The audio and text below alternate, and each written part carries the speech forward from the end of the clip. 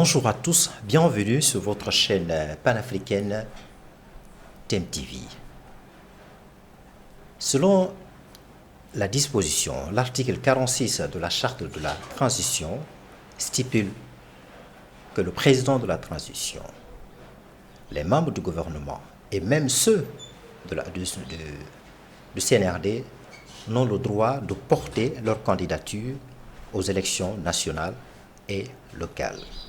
Cependant, tout récemment, on a entendu un certain nombre de responsables de ce gouvernement et du CNRD disent que le général Mamadi Doumbouya, à l'image des Guinéens, de ses concitoyens, il a aussi la liberté de porter sa candidature. En l'occurrence, Amara Kamara, le général Amara Kamara, le ministre secrétaire à la présidence, il dit en ce terme, pour le paraphraser, à l'issue d'un point de presse, en disant qu'en termes de loi, qu'en termes de la Constitution, le général Mamadi Doumbouya est libre, comme tous les citoyens, de porter sa candidature à l'élection présidentielle. À cela vient s'ajouter le soutien que les artistes, pas les moindres, et une bonne partie de la jeunesse apporte son soutien à le général Mamadi Doumbouya, une façon de le pousser éventuellement de porter sa candidature. Alors, le 2 octobre, au moment de son adresse à la nation, certains Guinéens espéraient qu'il allait, au moment de cette occasion solennelle, donner une position claire par rapport à cette éventuelle candidature. Mais hélas, il a porté plutôt son choix sur la promotion, l'émancipation de la femme guinéenne, qui a été un thème très important pour cette fête de l'indépendance qui a été célébrée hier, le 2 octobre 2024. Et pour parler de ce sujet très important, nous avons donc décidé de recevoir M. Mamadou Yulde Diallo. Il est doctorant et analyste statistique et application à l'université de Cheikh Anta Diop. Il est directeur administratif et financier de l'entreprise de Kaijoy Sual. Il est aussi fondateur de l'association des jeunes diplomates africains. Il est aussi secrétaire général de la Jeune Chambre internationale universitaire Dakar Prestige, le mandat 2024. Donc avec ce grand monsieur, nous allons discuter autour de l'éventuelle candidature du général Mamadi Doumbouya, le président de la transition. Bonjour monsieur Yulde. Bonjour monsieur Cissé et bonjour à vos millions de téléspectateurs de TEM TV. Alors merci de répondre à notre invitation. Alors depuis un moment, il y a un débat qui s'articule autour de l'éventuelle candidature du général Mamadi Doumbouya. Certes, il ne s'est pas prononcé là-dessus. Alors, vous, Mamadi Doumbouya, quand il est arrivé au pouvoir en 2021, il a pris l'engagement devant vos concitoyens guinéens qu'il ne va pas porter sa candidature. Aujourd'hui, on s'aperçoit qu'il y a un virement. Vous, en entendant cela, est-ce qu'il n'y a pas un paradoxe? Est-ce qu'il n'y a pas une contradiction? Merci beaucoup, monsieur Cissé, pour l'invitation. C'est un honneur pour moi de venir ici parler de questions qui touchent mon pays, la Guinée. Et donc, comme vous avez dit, en fait, la Guinée, c'est un pays de paradoxes. Okay. Pourquoi je le dis? Parce que, pour revenir un peu en arrière, lorsque le général Mamadi Doumbouya prenait le pouvoir avec ses frères d'armes, il disait qu'il est venu parce qu'il y a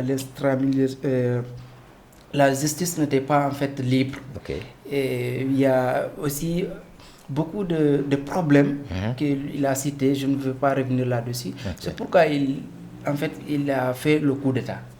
Maintenant, avec le temps, on voit que c'est les mêmes pratiques, les mêmes choses qui reviennent. Donc cela veut dire qu'il y a un paradoxe. Ce n'est pas possible que tu fais quelque chose pour une chose et qu'au fur du temps, toi-même tu fais les mêmes choses. Ouais. Ce n'est pas compréhensif et ce n'est pas acceptable pour le peuple de Guinée de voir le général rester sur cette ligne-là. Alors, on voit tout récemment l'avant-projet de la nouvelle constitution qui a été élaboré et publié au journal officiel par le président Dansa Kourouma, le président du CNT, le Conseil national de la transition, qui fait office de parlement, évidemment avec les conseillers qui sont des députés. Alors, le risque, est-ce que cette constitution ne va pas contenir un article qui va donner la possibilité ou l'autorisation au président Mamadi Doumbouya de porter sa candidature? Alors, ce point, je pense que si on a mis tout le temps là pour rédiger une constitution, c'est justement parce qu'il y a une volonté derrière. Okay. Parce qu'on pouvait être d'accord avec... Quelle volonté? La volonté, quelle volonté? La volonté, bien évidemment, au général, de continuer de confisquer le pouvoir. Parce que la Guinée, moi, à ce que je sache, la Guinée n'a pas de problème de texte. Nous avons des problèmes de ressources humaines, des problèmes de cadres. Parce que je me rappelle un jour, un vieux me disait, bon, le problème de la Guinée, c'est les intellectuels. En ce temps, je n'étais pas d'accord avec lui. Mais au fur et à mesure que je vois des personnes qui s'engageaient à défendre les droits de l'homme, maintenant venir soutenir des actes vraiment ignobles, je trouve que c'est vraiment regrettable pour notre pays. Et donc, la Constitution, l'avant-projet de la Constitution qui est présenté au peuple de Guinée, moi je me dis, en fait, tout ce qu'on fait là, le jeu là, faire de partir en France ou bien dire il faut consulter le peuple, tout ça c'est juste pour gagner en temps et c'est pour la candidature du général. Sinon, on aurait pu vraiment écrire une constitution moins de 2 ans. Ouais. Et s'il n'y avait pas en fait des problèmes cassés derrière. Et donc, les membres du CNT, en tout cas le président Dansa Kourouma, oui, lui-même, il disait qu'il ne va pas personnaliser. Mais on sait, comme l'avait dit le général, le président de la transition, surtout il est militaire. Il a dit que le militaire tient à la parole donnée. Oui, oui. Et lui, il a pris solennellement l'engagement devant le peuple de Guinée qu'il ne va pas se présenter ni lui, ni les membres du CNRD, ni les membres du gouvernement, encore moins les membres du CNT. Oui.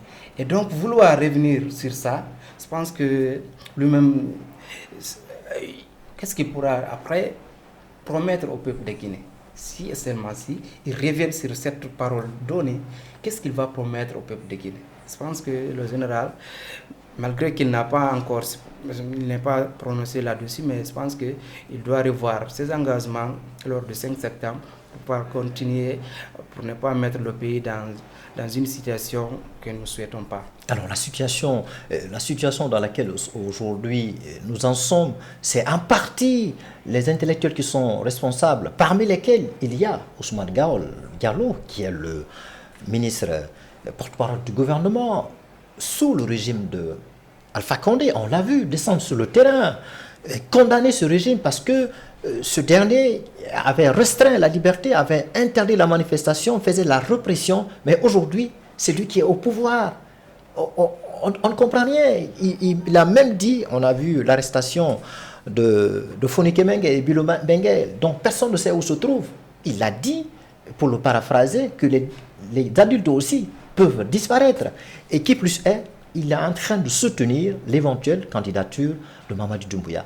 Donc si nous avons des intellectuels qui sont dans cet état d'esprit, qui travaillent dans cette dynamique-là, qu'est-ce que cela peut avoir un impact sur le développement de ce pays?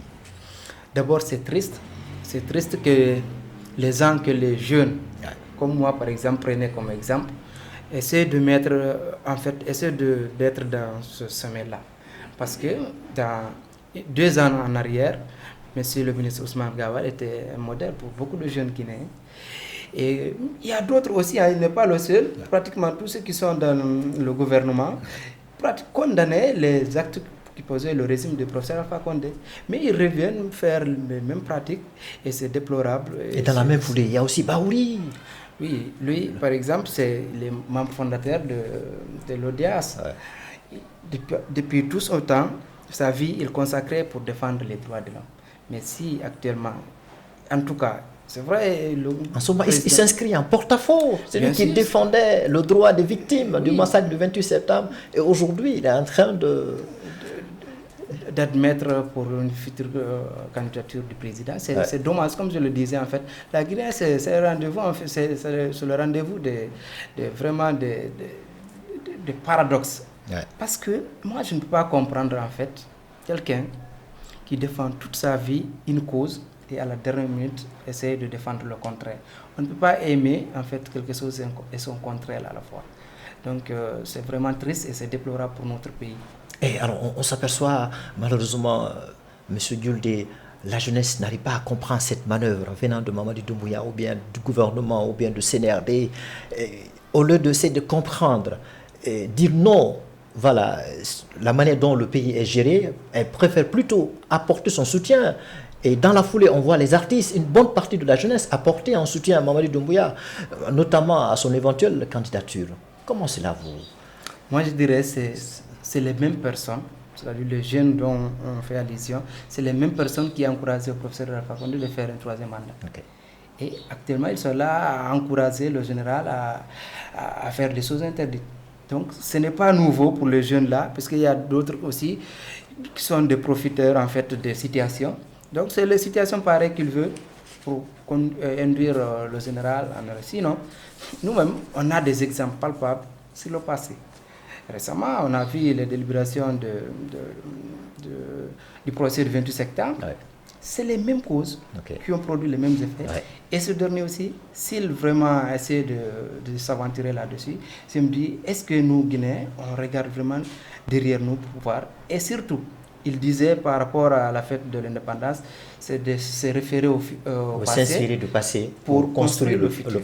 Et si tel est le cas, si c'est vraiment ce qu'il veut dire, qu'on essaie de voir un peu juste en arrière, voir ce qui a causé tous ces morts-là pendant l'événement du 28 septembre et de dire non, attention, moi je suis venu, j'ai promis au peuple de Guinée que je vais conduire la transition jusqu'au bon port, je vais respecter ma parole et après, s'il veut revenir, si les Guinéens ont confiance en lui, il pourra revenir après, mais je l'exhorte, en tout cas je l'encourage à respecter. Est-ce qu'il n'y a pas un paradoxe? Il dit qu'on va s'inspirer du passé. Évidemment, il s'est inspiré du passé, le régime d'Alpha Condé. Alors aujourd'hui, on est dans le présent, puisque c'est lui qui est au pouvoir. Est-ce que ce passé auquel il s'est inspiré lui a permis de reconstruire les 3 ans de temps de transition qu'il a fait au pouvoir, de 2021 à 2024? D'abord, je veux juste rappeler ce que le président Mamadi Doumbouya a eu comme sens de diriger la transition. En Guinée, personne n'avait eu cette sens-là. Ouais. Parce que lui, lorsqu'il est venu, pratiquement toutes les forces vives de la nation sont venues. On voulait en tout cas l'accompagner. C'est quelque chose qu'il pouvait prendre comme atout pour pouvoir diriger et mettre tous les Guinéens ensemble pour que la Guinée finisse avec une transition. Mais avec le temps, nous voyons vraiment que c'est le contraire. Pour ne pas se mentir, il y a des choses qui se font actuellement en Guinée. Même le temps d'Alpha Condé, je me dis, on n'a pas pu arriver à ce niveau-là. Ouais. Fermer les médias. En si peu de temps. En si peu de temps, c'est vraiment regrettable et c'est déplorable pour notre pays. Et surtout pour la jeunesse, puisque chaque pouvoir qui vient, on dit que c'est les jeunes qui sont en fait le moteur du développement. Mais par après, qu'est-ce qu'ils font pour la jeunesse là? Et bon, quand je parle de la jeunesse, c'est la jeunesse consciente qui savent réellement le peuple nous appartient et chacun de nous a des responsabilités à faire pour que ce pays avance. Alors, au-delà de la Guinée, il y a la CEDEAO, il y a la communauté internationale, il y a l'OIF. On a vu la CEDEAO qui est censée mettre la pression sur la junte guinéenne pour qu'elle accepte de respecter son engagement, mais surtout pour un retour au régime civil. On voit aussi, malheureusement, la CEDEAO a lâché prise. Elle est même allée lever la sanction qu'elle a exercée sur la junte. Et on a vu l'OIF, l'Organisation internationale de la francophonie, a également levé la sanction sur la junte. Est-ce que à l'interne, il n'y a aucune force, il n'y a pas un levier très important sur lequel on peut s'appuyer. À l'extérieur également, donc la Guinée est quasiment abandonnée à elle-même. Bon, vous savez, la CEDEAO est dans une situation très complexe. Ouais. Parce que si on ne fait pas ce qu'on doit faire aujourd'hui et qu'on reporte jusqu'à demain, on risque de perdre. Ouais. C'est ce que la CEDEAO a eu. À partir du moment où ils ont laissé certaines choses passer, maintenant, il faut qu'ils cherchent maintenant à avoir de légitimité un peu partout. Ouais. Parce qu'on a vu le côté de l'AES. L'AES, l'Alliance des pays du Sahel. La CEDEAO est là à faire des calculs, mais actuellement, je pense que le peuple de Guinée ne doit pas compter sur la CEDEAO. Ouais. Le peuple de Guinée doit compter sur elle-même. sur la jeunesse, Ouais. sur les femmes du pays pour pouvoir changer. Parce que si on attend la communauté internationale, elles ne viennent que en fait, pour conclure. Mais c'est à nous de dire, vous avez pris un engagement devant nous, vous devez le respecter. Ça, ce n'est pas à négocier et ce n'est pas à faire quoi que ce soit. Normalement, la transition devrait finir le 31 décembre.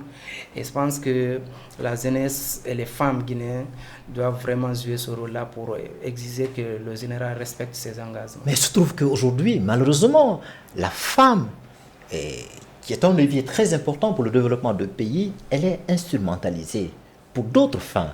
La jeunesse également, elle est utilisée. Le gouvernement fait une espèce de l'achat de conscience pour les adhérer à leur cause. Justement, c'est pourquoi on veut une jeunesse consciente.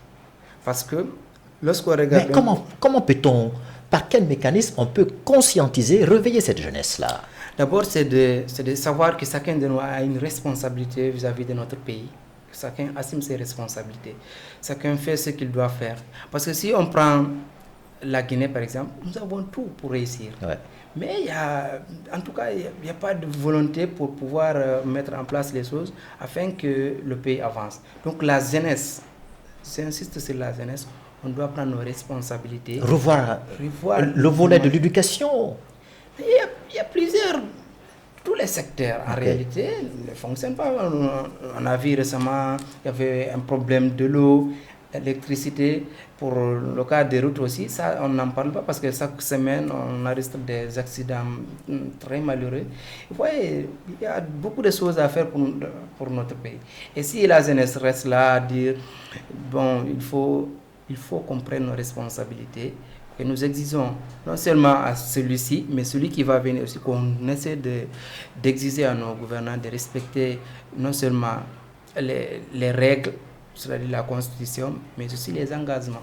Alors pour terminer, l'élection présidentielle était prévue initialement le 31 décembre 2024 pour sanctionner la fin de la transition. Mais en lieu et place, le gouvernement a décidé d'organiser un référendum le 31. Alors, si le 31 décembre, qui doit sanctionner la fin de la transition, Mamadi porte sa candidature, ou bien il n'organise pas les élections, il ne parte pas à cette date échue, M. Gulde, qu'est-ce qui se passerait? Bon, ça serait vraiment dommage déjà qu'on arrive là. Et c'est cela aussi qu'il s'agit parce qu'on est au mois d'octobre. Bientôt la fin de l'année. On n'a pas une constitution parce que c'est l'avant-projet de la constitution qu'on a. Donc, qui sait, si cela est rejeté par exemple, il faudra encore faire des trucs pour qu'on ait une constitution. On n'a pas fichier électoral, on n'a même pas de l'organe qui pourront organiser en fait les élections. Donc, pour moi, rien n'est fait encore pour qu'on fasse un retour à l'ordre constitutionnel. Maintenant, si cela arrive, le 31 décembre, rien n'est fait. Je pense que c'est aux forces vives de la Guinée, à la jeunesse, aux femmes, en tout cas c'est au peuple de Guinée de revoir une transition qui dure plus de 3 ans, sans qu'on ait même une constitution ouverte, encore moins, en tout cas, aucune institution. Je pense que ça sera en tout cas déplorable et c'est au peuple de revoir quelle stratégie il faut mettre en place pour pouvoir stopper cette transition et obliger les autorités à respecter leurs engagements. Vous pensez que malgré le soutien de ça et là pour soutenir son éventuelle candidature, lui par contre, il va décider de respecter sa parole d'honneur, sa parole institutionnelle qu'elle avait tenue le 21, le 5 septembre 2021. Bon, on va l'accorder un bénéfice de doute. Ok. Parce que vous êtes optimiste, M. Diabdé? Je suis optimiste. Oui. Il va respecter à cette date échue? Oui. Bon, la date, je ne suis pas sûr, pour être honnête. D'accord. Parce qu'il aurait pu faire au moment de son adresse à la nation. Justement. Mais lui, il n'a fait que rappeler des choses qu'il a fait, des projets jusqu'en 2040. Et pour parler de la femme, je me dis, il a beaucoup parlé sans rien dire pour en fait, ce qui est essentiel pour notre pays. Il faut qu'on se dise la vérité parce que La Guinée a besoin maintenant de faits concrets. On ne peut pas rester 3 ans pour une transition sans qu'on ait une constitution ou bien des élections. Donc c'est le moment fatidique, le 31 décembre 2024. Peut-être que... Nous espérons, moi personnellement j'espère que le général, le président de la transition, il va revoir ses discours de prise de pouvoir pour respecter sa parole, pour honorer l'armée guinéenne. Ok, merci d'avoir été notre invité sur le plateau de TMTV. C'est un honneur pour moi d'être reçu ici à TMTV et je profite de l'occasion pour souhaiter le peuple de Guinée joyeux anniversaire de la fête de l'indépendance. Okay. Et cette année, en tout cas que l'année 67 nous trouve dans une situation constitutionnelle avec un président démocratiquement élu par le peuple de Guinée. Alors, on profite aussi, il y a un autre ami qui avait souhaité venir là, monsieur Diallo, mais il a, Mamadou Selou Diallo, donc il a souhaité participer à ce débat, oui. Mais il a eu un empêchement.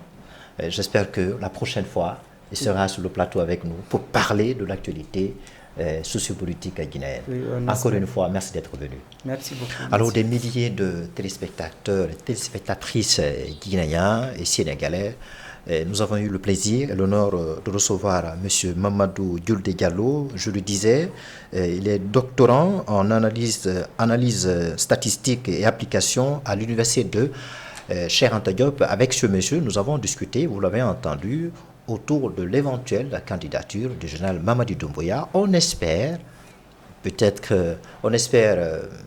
à la date issue, le 31 décembre 2024, puisque c'est cette date-là qui va sanctionner la fin de sa transition. Il va se décider, il dira sa position claire et précise, voilà, ce jour-là.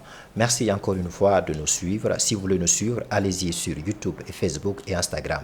Allez, portez-vous bien.